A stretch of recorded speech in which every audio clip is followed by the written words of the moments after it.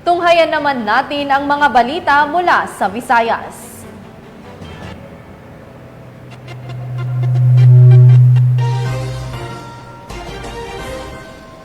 Samantala, nasamsam naman ang mahigit 600,000 pisong halaga ng shabu mula sa isang high-value individual matapos ang ikinasang buy-bust operation ng PNP sa Barangay Banilad, Mandaue City.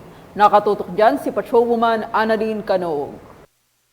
Sa kulungan ang bagsak ng isang high-value individual na suspect matapos mahulihan ng 680K na halaga ng shabu sa sinagawang buy-bust operation sa Sitio Marover, Barangay Banilad, Mandaue City. Kinalala ni Police Captain Troy John Lalamunan, Station Commander ng Police Station 4, Mandaue City Police Office, ang high-value individual na suspect na si alias Insik, 19 anyos, at residente ng Sitio Alliance 2 Heart, Barangay Basak, Mandaue City, Cebu. Bandang alas 11:45 ng gabi na kinasa ng mga otoridad ang buy-bust operation na nagresulta sa pag-aresto ng suspect at pagkasabat ng 6 na pakete ng hihinalang shabu na may timbang na 100 na gramo at standard drug price na 680,000 pesos, buy-bust money at sling bag. Samantala, kasalukuyang nasa kustodiya ng Police Station 4, Mandaue City Police Office ang suspect at maharap sa kasong paglabag sa RA 9165 o Comprehensive Dangerous Drugs Act of 2002. Our City Director, Police Colonel Julius Agandoy,